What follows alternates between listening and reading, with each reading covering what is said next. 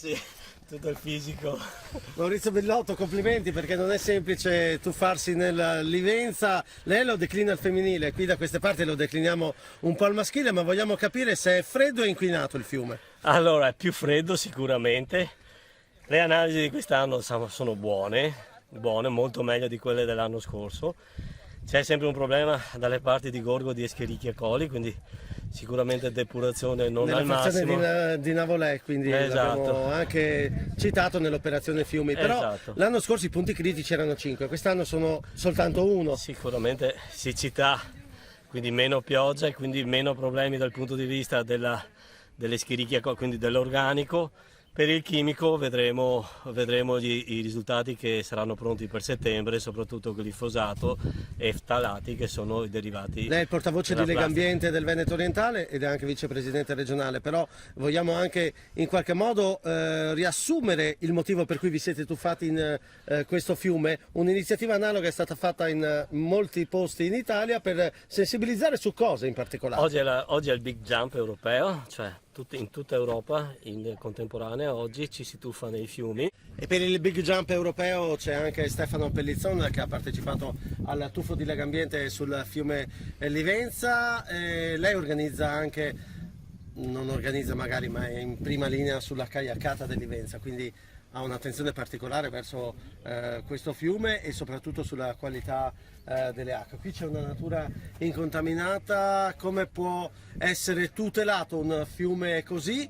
Riferendoci anche in qualche modo al periodo siccitoso attuale. Le fonti del Gorgazzo stanno molto soffrendo, per cui il fiume è incentivato anche dagli affluenti in questo periodo.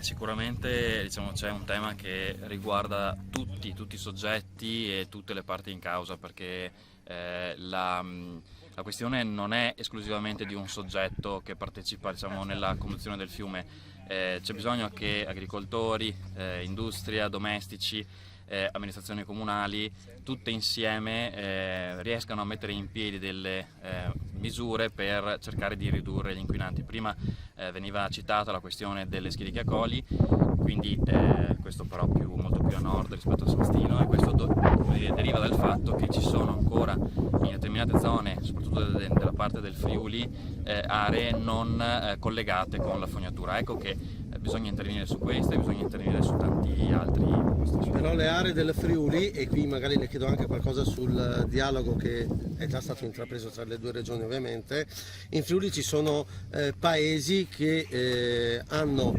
fognature e un sistema di approvvigionamento idrico gestito dallo stesso ente, cioè LTA. Secondo lei può essere in qualche modo fondamentale coinvolgere anche LTA nelle decisioni che le regioni adottano per questo fiume? LTA su questo fronte è assolutamente molto impegnata, perché sta investendo sulla depurazione in quelle zone, sta investendo sull'infrastrutturazione. C'è bisogno che anche i cittadini comprendano che quello è un tema importante, che collegarsi alla fognatura non è solo un di più, ma è importante per tutti coloro che il fiume lo utilizzano. Sembra, ecco, che la regione Friuli, tra l'altro in questo aspetto, stia dando anche degli ulteriori contributi per gli allacciamenti. Questo potrebbe essere molto utile, perché potrebbe vincere anche la resistenza di coloro che vedono in questa operazione un costo. Bravo.